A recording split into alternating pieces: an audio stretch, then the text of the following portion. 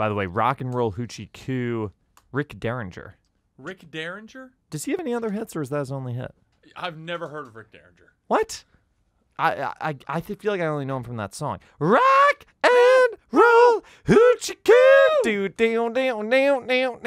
a Guitar Hero classic. Right? Was that on Guitar Hero? I think so. Which Guitar Hero was that on? Had to be 2. 2 was the best one. Was that the best one? Because I got into it at Guitar Hero 3 because Guitar Hero 3 was the first one that came out on Wii. The only gaming system I had was the Wii. Yep. And I remember it was the only time ever I waited in line for a video game.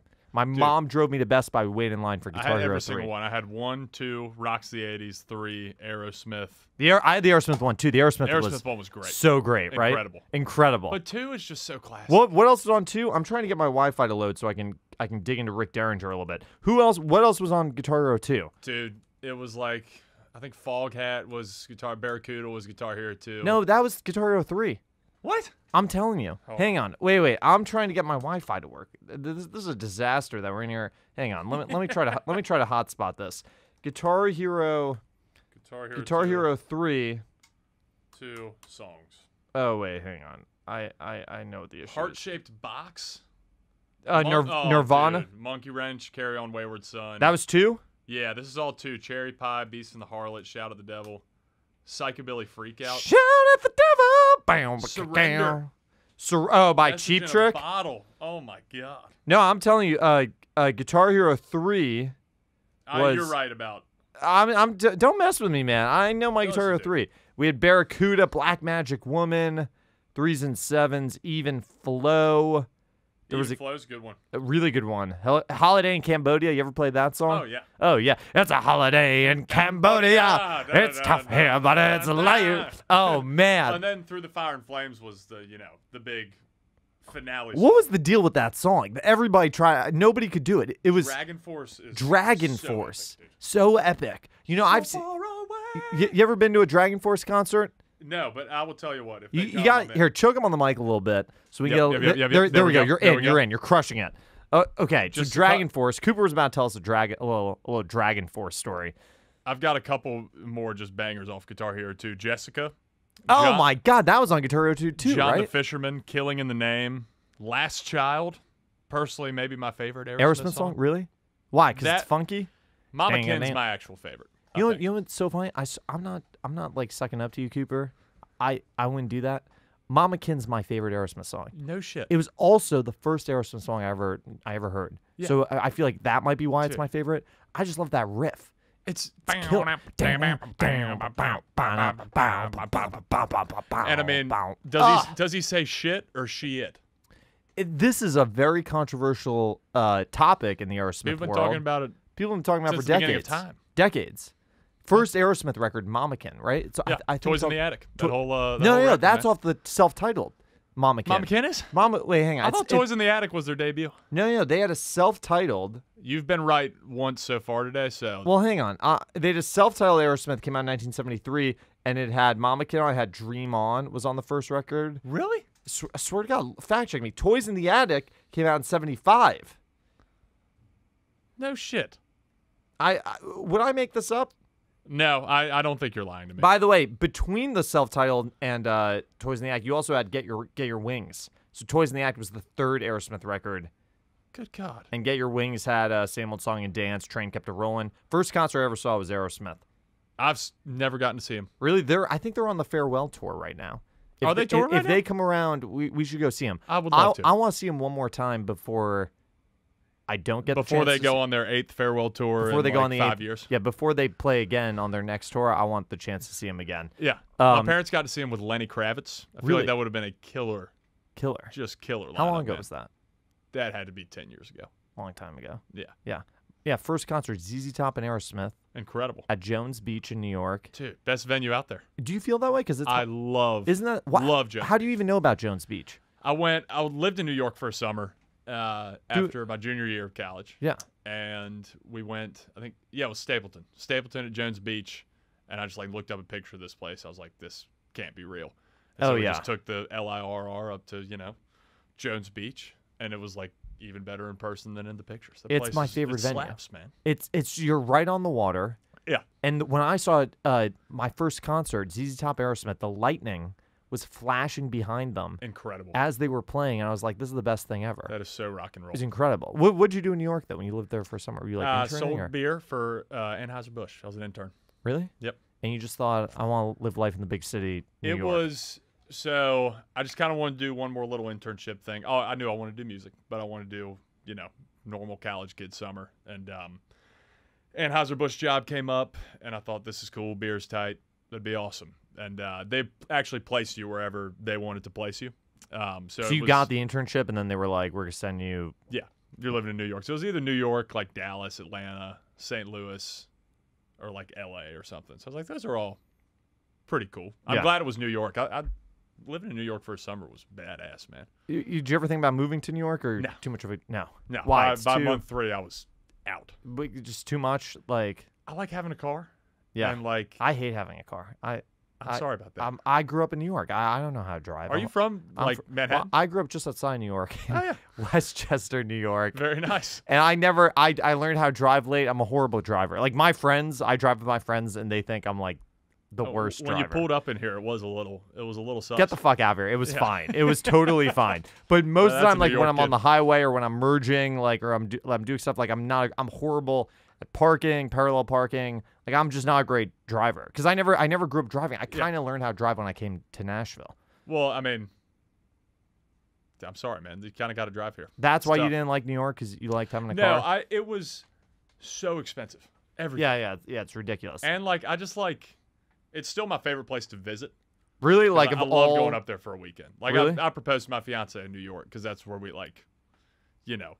kind of reconnected and started dating and all that stuff. So I took her back up there, and I was like, dude, this is so much fun. And there's so much shit to do. You never run out of shit to do. Yeah, do you feel like you run out of things to do in Nashville? Honestly, no. I do the same things every single day. Yeah, yeah. Like, I feel like in Nashville, friends will come to visit, and then you do everything, and then they come back to visit, and they're like, what else can we do? And I was like, I don't know, we kind of did everything. Yeah. Right? Well, if you don't want to drink and eat, then you're probably kind of in the wrong place. Or like going to a concert. Yeah, that's what I'm saying. And it's like you do the opera, you do the, like, I don't know. I feel like you run through the gamut. You start doing the same things. But it's all stuff that I'm like, it's pretty cool. I could do this like 100 times. I could do this 100 times. Like, I still love going to Broadway. I'm one of the only, like, people that's lived in Nashville. I have a great time when I go to Broadway. I love Broadway. I love Broadway. Awesome. It's awesome. So do you feel, because I really want to get into this, Cooper, because this is kind of like, this is a very exciting moment for Cooper. First of all, you're about to go on a headlining tour, the Cooped Up tour. This is not your first headlining tour, right? You did it's one. Not. So we did one in the spring. So this is the second headlining tour. Yeah, and then last year did a co-headlining tour with Alexandra and Thomas.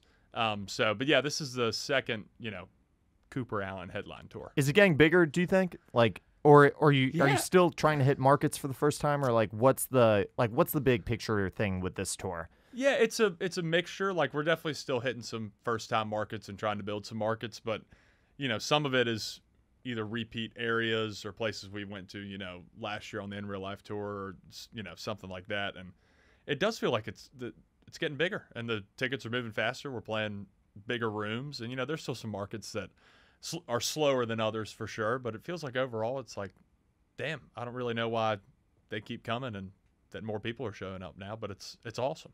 I mean, you put on a great show.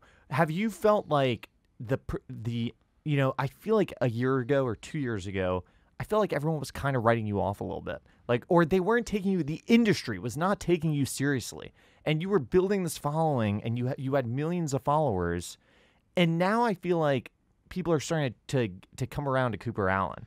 Like, now they're starting to get on board, and they're starting to are you feeling that a little bit? Like, are doors starting to open? Do you think people are showing a little more respect that you probably deserve? Yeah, I mean, I don't think it's even like a respect deserved, people were hating on me thing. I totally get that, but it's more like the whole TikTok social media thing was just like, it was really weird, and it was different, and it was, nobody really knew exactly what to do with it. And I've been doing it every day for 2 years. I still don't know what to do with it, but it was just kind of a different way of, I guess, building a fan base and, quote unquote, making it in music. So whenever we were getting the no's or like the write-offs or the not, being taken super seriously thing, it was never like oh, fuck these guys. They just don't get it. It's like, no, this something like this is probably going to take a little time for people to kind of come around to. We're just going to have to prove a lot of stuff. And as we've, over time been fortunate enough to, prove more of that stuff and kind of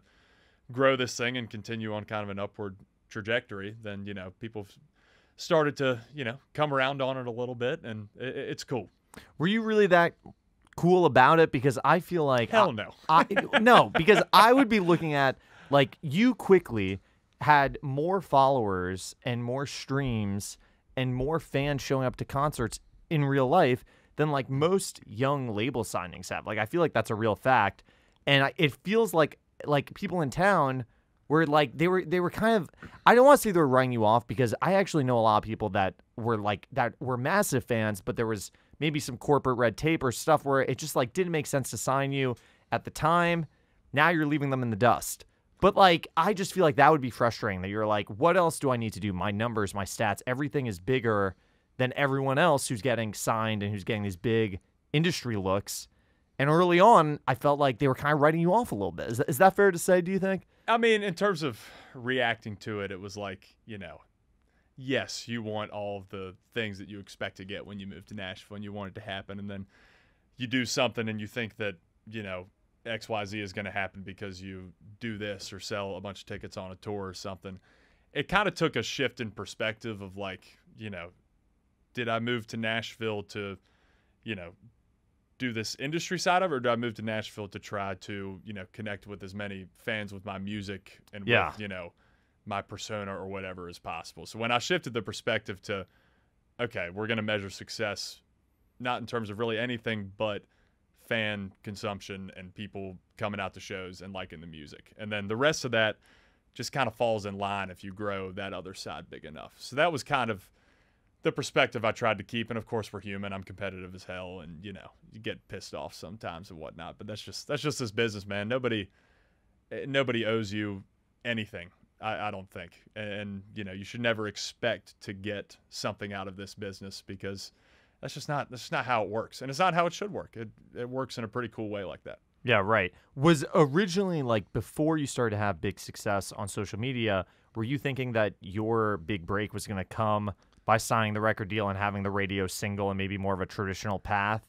And then did that perspective shift to say, screw that, like, I'm going to focus on the fans first. That's what my strategy is going to be. Yeah, I mean, when I moved to town, I thought, I'm moving here to sign a record deal and then to be on the radio and stuff. And I was the most anti-social media person. I hated it. I didn't even have an Instagram till, halfway through college probably. Really? I didn't think anybody cared, and I didn't really, like it. It really took, like, my fiance telling me about TikTok, my producer, business partner, Victoria, telling me about TikTok and being like, you just, shows are canceled. This is a platform that maybe we could try to figure out. You should go check it out. And it really took kind of being pushed in that direction. And then once I did start kind of digging in on there, realizing what it could do from, one viral video gets you more followers on TikTok than I had and ever gained on Instagram. So I was like, okay, this is legit. And then it just grew to consuming original music, buying tour tickets. And now it's like, this freaking app drives the entire music industry. Yeah. It's wild. Why were you so against Instagram, like, early on? Do you think you just weren't that familiar with it, or you just didn't really understand it, or was there a reason that you were super against it early on? I was just one of those, like, hard-headed dudes that's just like, oh, social media, that's not that cool. I like sports and, beer. Really, though? You can still like sports and beer, and like that's what like I Instagram. think, right? But you were against it, and then it was because I feel like in the old days, pre-social media, you used to get into a van and tour and play in these clubs for 5 people and tour around the country, and then you would go back, maybe 6 people would show up, and you go back and 7 people would show up, and then eventually it would build, and you could potentially grow a following. Today, you can kind of do that on social media. You can go live and go live for 3 people, and then 4 people, and then grow it that way. So it's like, is that what you kind of started to realize early on? So your fiance tells you to get on TikTok, right? Or your business, or Victoria fiance tells and Victoria, but it was more like, I can work my ass off on the internet right now when there's not even an option to play shows because it was pandemic and all that stuff. And then, I can go out and instead of playing covers at these clubs, I can maybe start playing my own stuff. And instead of, praying that I get on a playlist or this or that, I can actually have people really listen to the music consistently and have, organic consumption of the stuff. So it was just kind of seeing like that trend of, man, this is like, we actually have people that are interested in what I'm doing and what we're putting out. It was kind of seeing that, over the first couple months of TikTok kind of popping off for me, where it was like, okay, we got to hit this as hard as possible. Was it the mashups that showed that early traction? It was, so mashups were, let's see, I got on TikTok in 2020, I think March. I think I had my first like viral video with my mom handing me a guitar and saying, sing this, this, this. That was in like April. And then I didn't do a mashup video until I think it was like November of that year. Or it might have even been the next year. I don't know. But those first couple months, like, and I'd been doing mashups for forever in college bars. And like, yeah, right.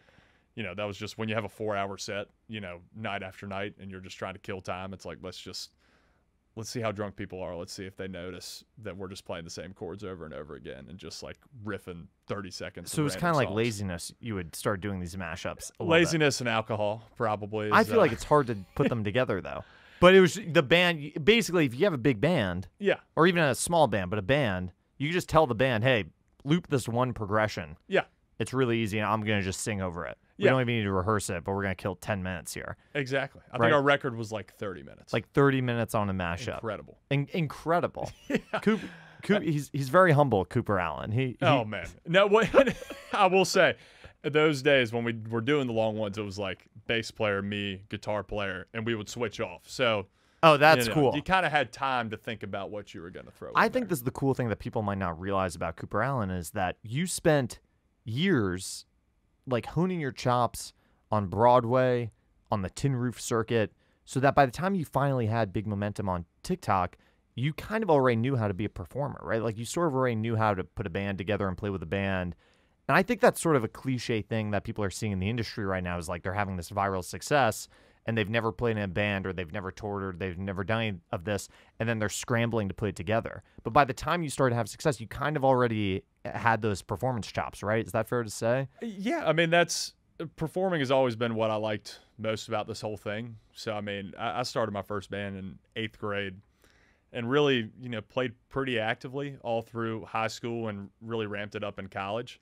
And I knew, I always knew that I wanted to do music, but when I turned 18, it was like, well, do you want to go to college or do you want to, go try to move to Nashville and be a country singer right now? And I was like, I just needed to get better. I needed to learn how to entertain a crowd a lot better. I needed to play in these bars and have those experiences that, you're right. A lot of people, don't get to do these days. And it's not for everybody and, everybody has a different path. But for me, it was like, if you can learn how to entertain drunk people for 4 hours, then, when it comes time for them to like your stuff and want to hear your stuff, then, you're starting. You could do 45 minutes. Yeah, exactly. Yeah. And you're starting at a bit of a, I guess, higher level of comfort on stage. Because, even though I've been doing this since 8th grade, it took me until probably junior year of college to really like get comfortable on stage. First band was Below the Line, right? It was. Below the Line. You did your research. Why did you, how'd you get better at entertaining people though? Is it just like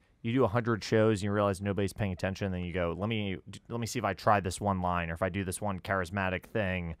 Like, were you always super charismatic? Because on stage, you just like ooze charisma and it's so entertaining to watch. Like, I can promise you, and thank you, but it wasn't like that. It was not always close to that at But all. like, how'd you figure that out? Or was it? Do you even know how you figured it out? Was it just doing so many shows and eventually you just get more comfortable and your natural personality can shine through? Like, do you know how you kind of figured out how to channel that charisma? Yeah, I think it was a couple different things. It's you just grow up and you get better naturally. Your voice gets better.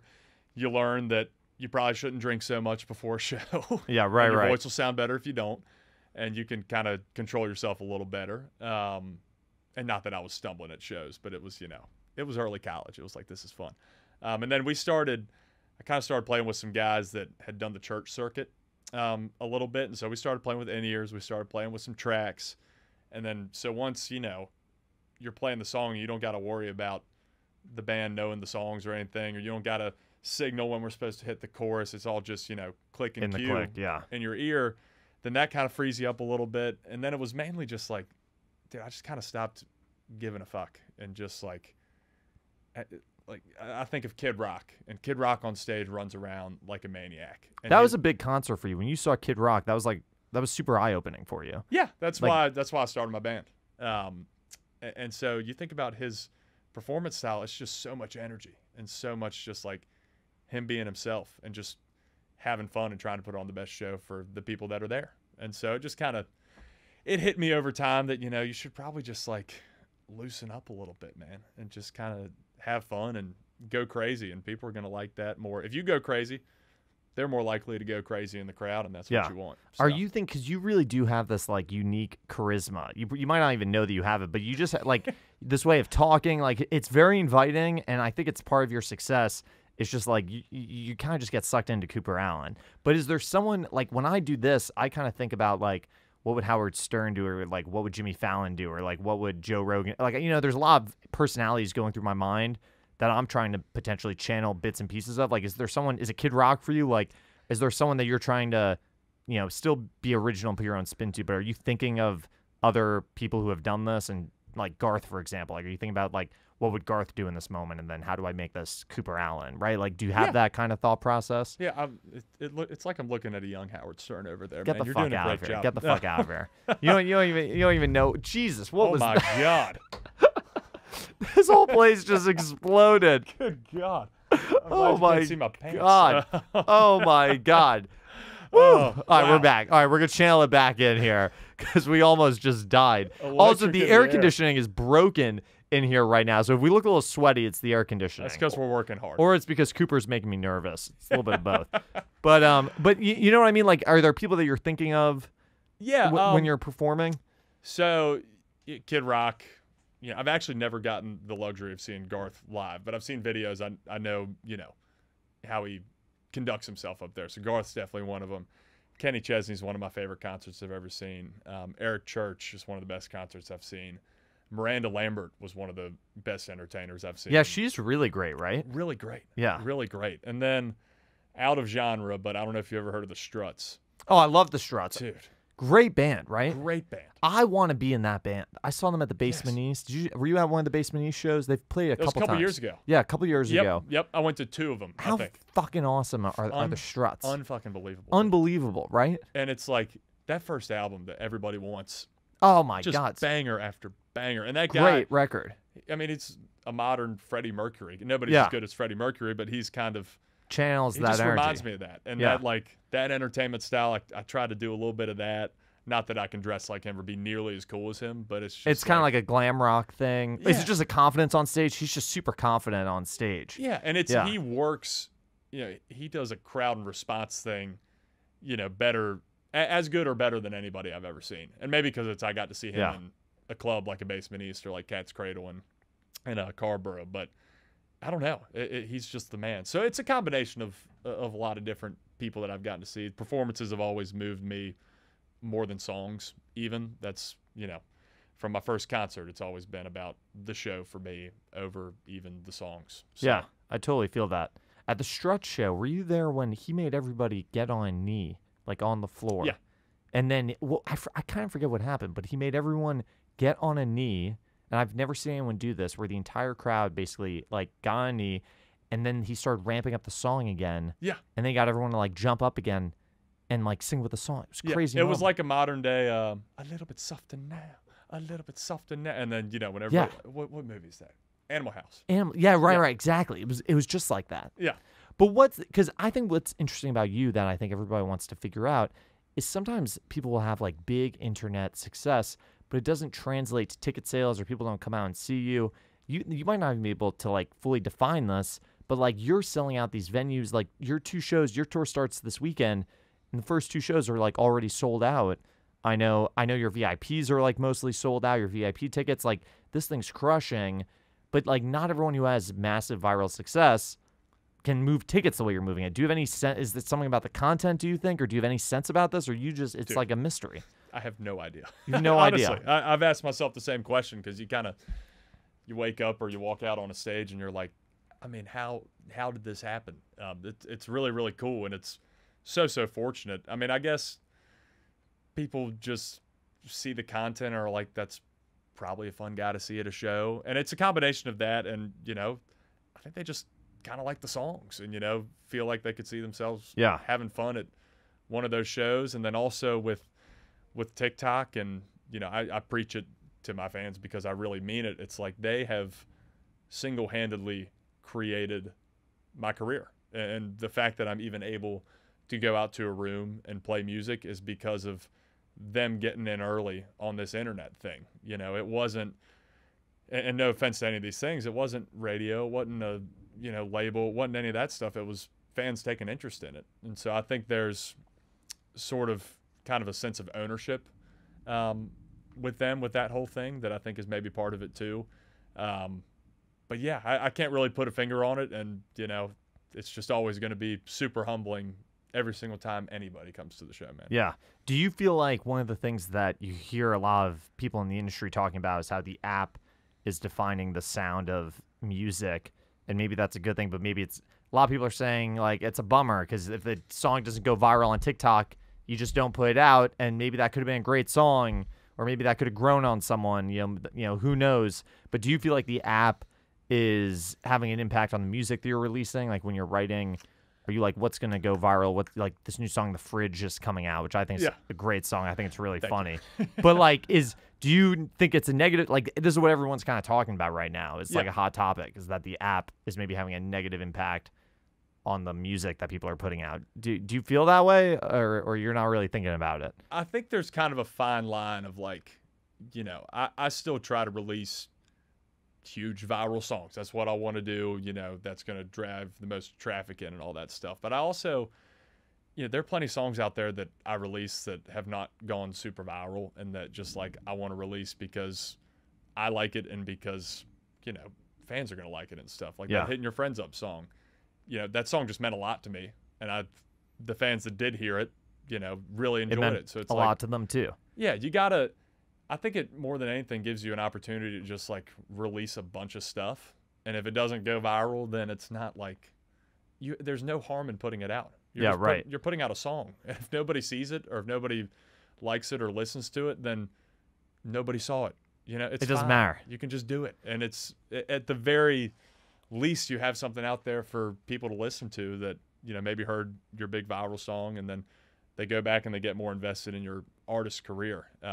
I think it is a problem if people just strictly strategize over a viral song, or nothing. I think there's a middle ground for sure. Yeah. So what's the secret? Because I feel like people have to come to you all the time trying to get TikTok advice. Like I feel like there's got to be artist friends. People must call you and text you and be like, hey, man, like, can we get lunch and talk about TikTok? Because I just want to pick your brain. Like people have to say that to you all the time, right? Like, do you have any advice or do you have any strategy that you've figured out, or is it really just the Cooper Allen effect here? It's unreplaceable. It's not the Cooper Allen effect. Anybody can do this for sure. Do you think so? Because I think there's a lot of people out there who are doing it and they're not having the numbers that you're having. So I think there's a little bit of a Cooper Allen effect here. Well, you're nice to say that. The Zak Kuhn effect is real. Absolutely, there is no Zak Kuhn effect. There's a Cooper Allen effect, and I'm sure people are putting out more content than you're putting out, and they're still not seeing the numbers that you're getting. Like people are like so attached to you. Like I saw you at CMA Fest with all these artists on a big stage, and afterwards, like everybody came. First of all, the place was packed for you. The second you went off stage, the place emptied out, and there were some big artists on after you. And literally after you played, the place emptied out by like 75%. Like everybody was there to see you. There was like 2,000 people, and then they were all backstage trying to get like a photo or an autograph or anything. And I was there all day because I was hosting that stage.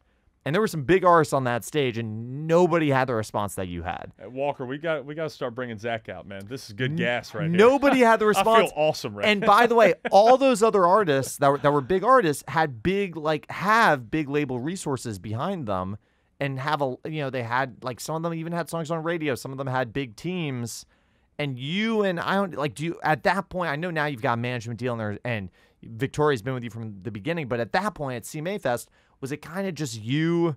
Like, have you ever hired someone to help with your social media, or has it always just been you uploading the videos? Social media's always been me. I feel like they could kind of tell when it's not, you at least like making the videos. Yeah. You can have people, edit videos or like. But you were always doing the editing. Yeah, up until that point, up until my lovely Make Wake people started stepping in and helping out with, I'm still making every video, but sometimes in a day you don't have time to Post edit 4 and different edit, videos come on up with 4 a different caption. apps. Yeah, right. But, it's in terms of like a secret sauce, it's just like you just got to do it, and you really got to be, consistent with it for a really long time, and you got to push through sometimes that when you feel like you are absolutely wasting your freaking time doing it, and you just got to try everything, and you got to pivot when it feels like you need to pivot. Don't get discouraged, and just see it as like, this is work, and this is just part of the job now. You cannot make it in this business now without some sort of something on the internet. Right. And that's just, and it's kind of sucks sometimes because it's like, dude, I want to be writing songs every day, not making content every day. But it's like you also have a lot of power and a lot more control of your career than I feel like you've ever had as an artist. Yeah. In this business. So do you feel that way? Because I know a lot of artists who say exactly that. Like, I want to make songs every day. I don't want to make content every day. And then like, they kind of don't. Like, they kind of slack on the content. Like, it's easy to. It's easy to slack on the content, right? Yeah, but you just can't. It's just like it's part of the brand. It's part of the whole thing. Yeah, you just got to do it, and it feels stupid sometimes, but it's like it's just, if you want people to listen to your music, then you just have to do something on social media. Yeah, and you got to do it all the time. Was there ever a time where you actually? Because I saw you post a video once. This was maybe like a month ago or so, where you were basically like, "Hey fans, like, these mashup videos haven't been doing as well lately. Like, do you still want to see the mashups? Like, would you have stopped doing mashups if like what were you looking for with that video when you posted that?" It's just a reminder that these mashups are still a thing. If y'all want to see them, kind of light a fire under the people a little bit. Get some help with like maybe I'm just barking up the wrong tree here with like instrumentals or the beats that I'm doing them behind. But also just kind of to let the fans know, like, yo, y'all are still the most important part of this process. Yeah. Like, it doesn't matter what I want to do. If the mashups are a comfort zone for me, but if that's something that I don't need to do anymore because y'all aren't liking these videos or something, and you just want me to do them at some shows or something, then that's fine too. It's always just, my whole thing with it is the fans drive the content. Yeah, makes sense. Yeah. What else are you gonna do? Exactly. It's all about the fans. Exactly. So okay, so how do you get Cappy and Make Wake on your team? Because he's one of the biggest managers in town. Great guy. Also very charismatic, Chris Cappy. Very good. Lot of charisma on that guy. Incredible story. Incredible heart. Incredible story. Incredible heart. Really a great team because Luke Combs, like, if you don't know, Chris Cappy manages Luke Combs and kind of discovered him and built him. And I feel like Luke Combs probably would have done what you would have done if he came up a couple years later. Yeah. Like, he was sort of using social media. He broke independently, or he got a ton of traction early on independently. And I feel like they know how to do that, and they really know how to cater to the fans. And I remember early on, Cappy would tell me that they had like 2 people full-time who just managed Luke Combs' DMs. Yeah. Right? And would make sure that the fans were always taken care of. So, like, in a way, it makes a lot of sense that you would team up with Cappy and Jared and those guys for management. But how'd you even get in the room with them? Yeah, so I'll kind of take you a little evolution of the team. Yeah. I moved to town. I meet Victoria Shaw a year before I moved to town. We stay in touch. I come knocking on her door after graduation, and she believes in me and offers me a publishing deal, and puts me in the room with her and her incredible songwriting friends. And what did that deal look like? Like, did she give you an advance or anything? It was a co-pub deal with a monthly draw. And were you able to like basically live off that draw? Yes, or it helped a lot. And you know what? It was more than I deserved, for sure. Especially working with people of that caliber and learning from people like that and people like her. It was like, golly, I just got here. I don't deserve this, but I'm gonna work my ass off because you got to take advantage. How long of ago this was incredible... that? When? It's about 4 years ago. Did you go to school here or no? Went to UNC, Chapel Hill. Oh, for some reason I thought you went to Belmont. No, but no. No, yeah. Go Heels, man. Can I ask how old you are? 26. 26. Yeah. That to me, you could have been younger or you could have been older. You've got like a timeless. Or I could have been 26. Or you could have been 26. You have a timeless energy to me. You're ageless. I honestly I couldn't guess how I feel old. like I'm aging every day. So. I couldn't guess how old you are. Like honestly, like you could have been you could have been like 22 because I feel like people on TikTok age so fast. Like there's people on TikTok that I'm like, that person looks like they're 30 and they're like 18, or at times they're like 15 and you feel like a creeper. Like you could have been anywhere. Okay, so you're 26. You moved here about 4 years ago. Yep, 4 years ago. I've been working with Victoria ever since we start this record label. Once we start having some songs doing well, and then Cooped Up Records. Cooped Up Records, baby. And then I meet Thomas and Alexandra. TikTok's popping off. We go on the In Real Life tour. Alexandra's booking agent, Beth Keith, over at Sound Talent, kind of booked those In Real Life tours. And because we were getting good numbers, drew interest from William Morris and Morgan Kenny, who's been an absolute badass over there for me, took major interest and came in with an awesome plan of headline tour and all this stuff. And we got to go out and we got to build your fan base and sell hard tickets. And it was, absolutely awesome. And it was the perfect time to bring in another team member. So I've been working with Morgan since last November, and WME's kind of changed my life in a lot of incredible ways with all these great shows. And I don't know, just a good philosophy that matches what, Victoria and I believed in. And what's the philosophy? Like, let's just tour and let's just see what happens. Let's try to build fans. Let's. I think opening slots on tours are awesome things, and they can do so many incredible things for you. For me, that wasn't really the route. That wasn't where I was gonna win. But would you was it also maybe earlier on, maybe that option wasn't even there? Like I bet. No, it definitely wasn't. I bet if you got the Kenny slot or whatever, of course I would have taken that. You do the Kenny slot, right? in a heartbeat. But this is it's actually kind of cool that you're building it this way, because out of the gate you're kind of presenting yourself as like, hey, dude, I'm a headliner. I'm a headliner here. At least at the level we're at, headlining, these 500 to 2,000 cap rooms, and it's been awesome. And so that was in November of last year, and then we kind of started talking to some management companies in town, just because that was really the next piece of the team that we needed to fill, and it was starting to get to the point where, golly, we need management. And Jared Holly over at Make Wake, who's worked with Cappy for a long time, really just kind of came out of the gates in such a great way, and I loved everything he said. I loved his energy. I loved, the fans first philosophy over at Make Wake, and it was really good vibes from the very first time I met him. Yeah. And so we tried to meet with every management company that would take a meeting, just to kind of, feel different people out and really try everything, exhaust all the options. But from that first meeting with Jared, it really, really felt right. So we, stayed in touch for a while. He came out to some shows and was just always coming up with cool ideas of how can we kind of push this thing forward, whether it was cool merchandise ideas, cool VIP ideas, stuff that I was not even thinking of. And so when the time came right for us to, really make the partnership formal, we did, and it has been absolutely fucking amazing.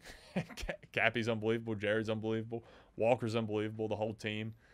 They've really helped grow this thing even more, and that's always been, my thing, and me and Victoria's thing is, you grow the team when it's right, and when you bring on people that can really do things that you cannot do, or are willing to do those things that they can do that you can't. And then what's Victoria? Is Victoria in the role of publisher right now, or business partner, or publisher? And then we co-own the record label.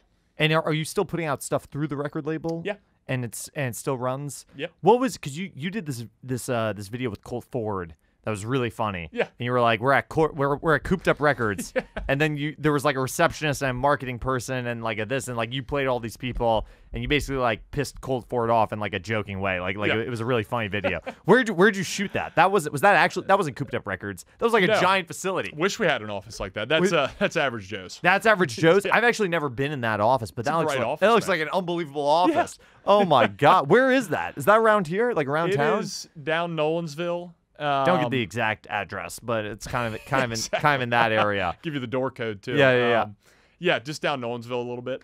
But it's a big facility, and those guys have always done a really good job, and they've always been supportive of what we're doing. And Colt was super supportive of that song and just kind of everything we had going on, and was nice enough to hop on a verse on that song, and we did a music video together and did like that, fun little video together. He really does he mean a lot to you, Cold Forward? Because you always say that he was like the godfather of like country rap. Oh yeah, right. The Godfather. He's the Godfather, yes. Right? But like, does that mean a lot to you? Like, are you like a massive Cold Forward fan? Or I love Cold Forward. Who doesn't love Cold Forward? Love Cold Forward? Who doesn't love Cold Forward?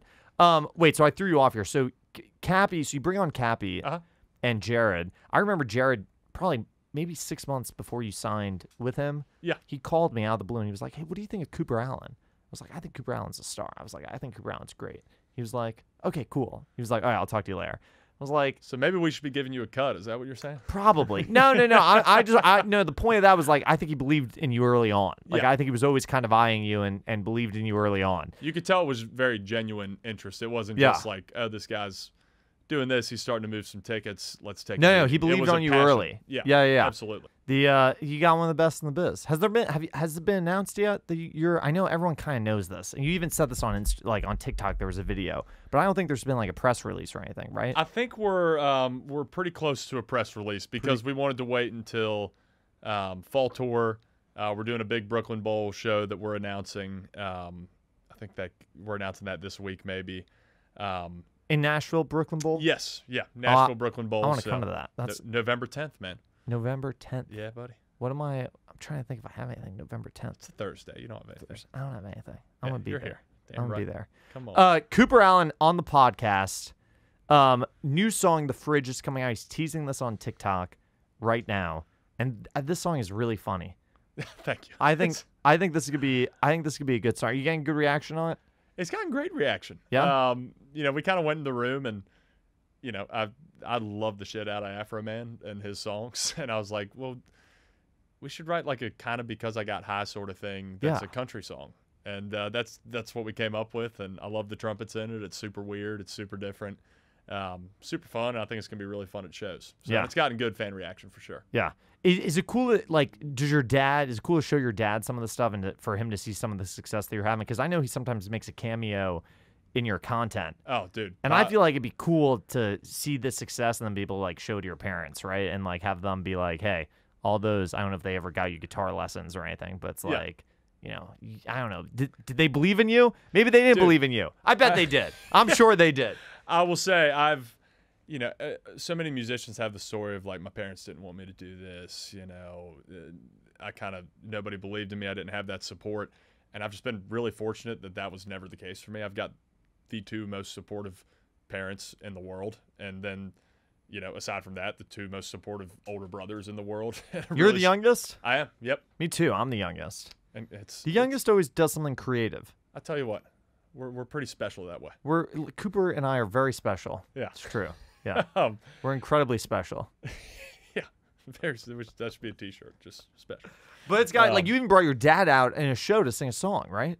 Yeah. So whenever my mom and him come to shows, I will start by saying my mom she's just too cool to do the bullshit that we are doing. And I mean that in a good way. Like, she should not have to put up with this stuff. So dad will come up and sing songs. And we do, like, Sitting at a Bar, that Rehab song, or Gin and Juice, Snoop Dogg. And it's fun, man. He's so cool. He's a hell of a lot cooler than I am. They both are. And it's just fun to have them be a part of the whole thing. They're coming to more shows, now than they could come to in college and all that stuff. And it's a lot more fun when my parents are there. I love hanging out. My parents are my best friends now, Yeah.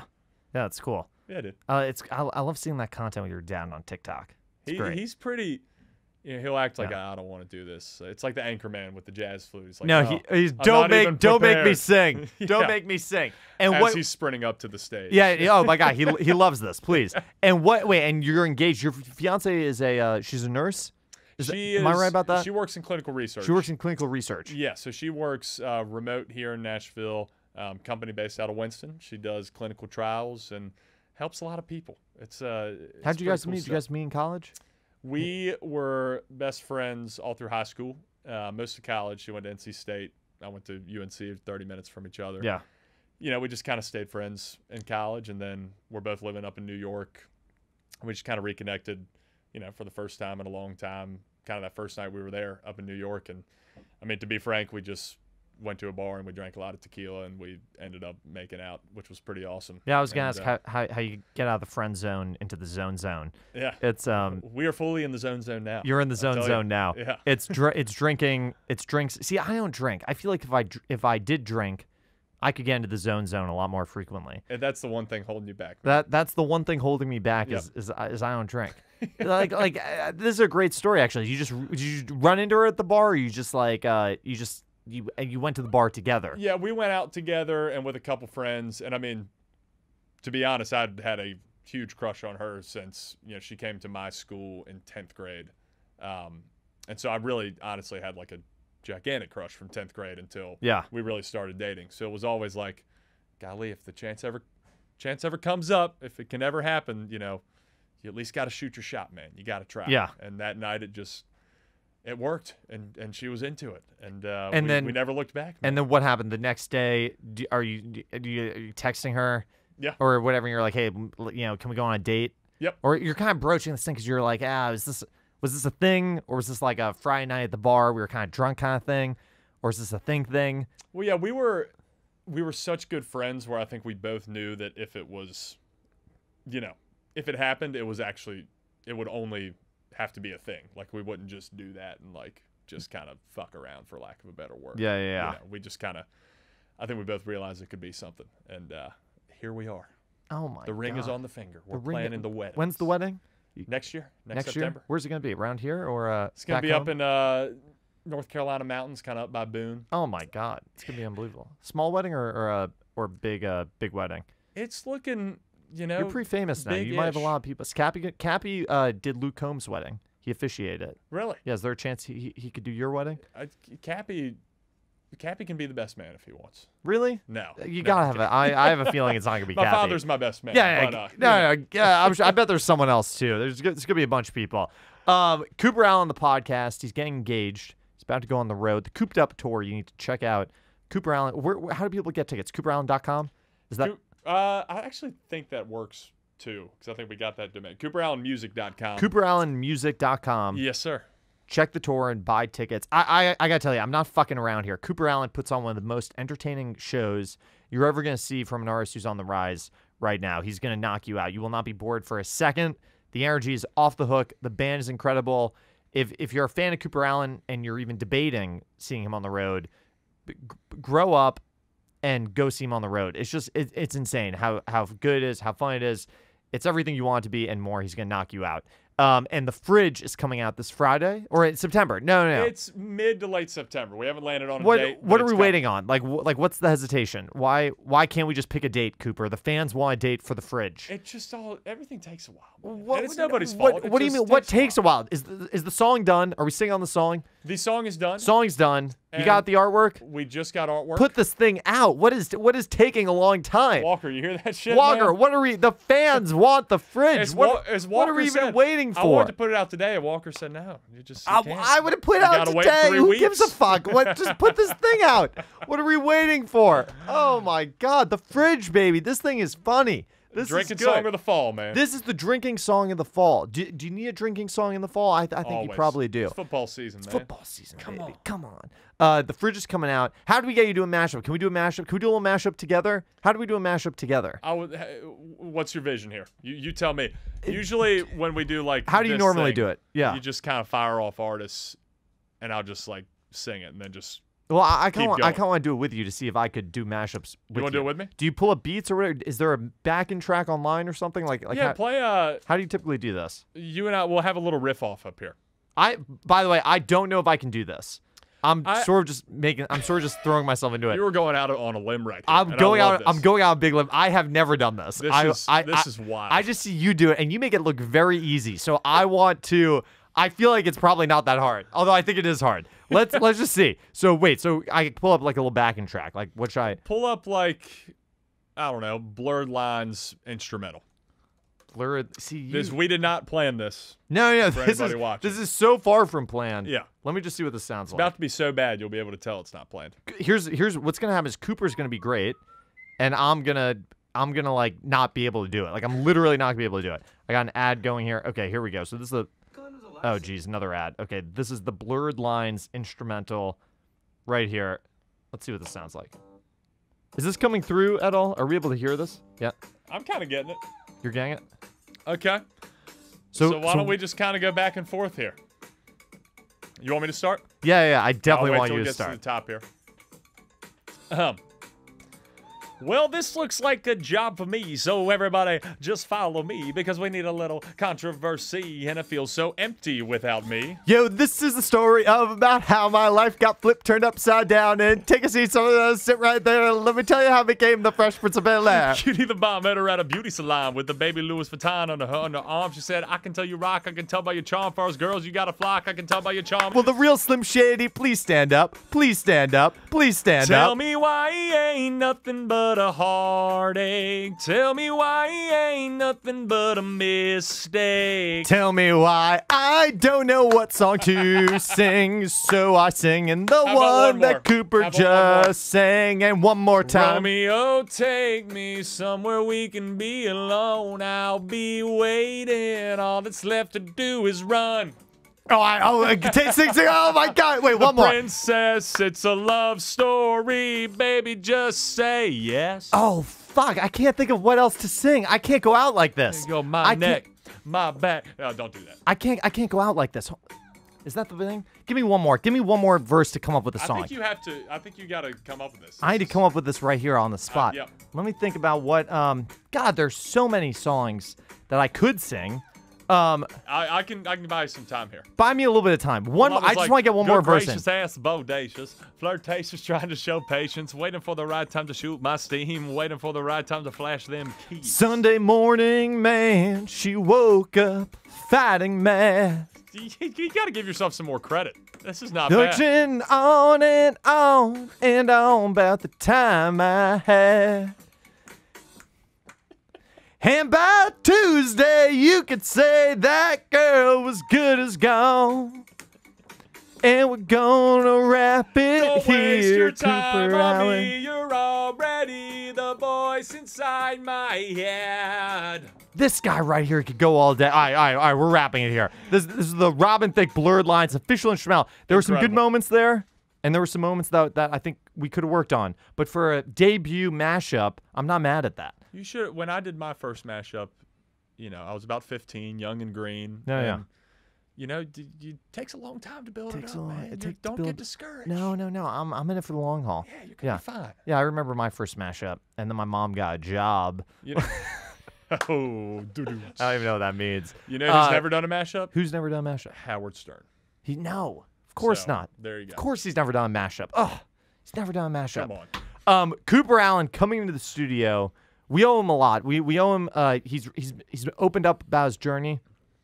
He's sat through the studio with broken air conditioning. Normally it's cool. I'm sweating my ass off. Normally it's cool as a cucumber in here, but the AC's broken and we're dealing with broken AC. We got these big lights in our face. It's really hot, but he sweated through it like a freaking champ. We appreciate it.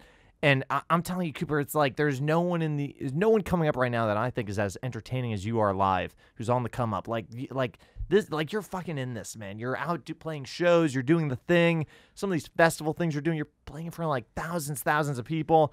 Everybody's into Cooper Allen. I'm telling you, you got to see him on tour because you're going to get it. If you're not getting on social media, you got to see him live and it's all going to come together. And if you think, oh, this is just a shtick, this is a joke on social media, no, fuck that. You got to see Cooper Allen live. And you're gonna be sold. You're gonna buy into the Church of Cooper Allen. I'm fired up right now. Cooper, what is coming out of his mouth? This is just. I mean it. I mean I don't hype anyone up. No one ever gets any hype on this show. I'm hyping up Cooper.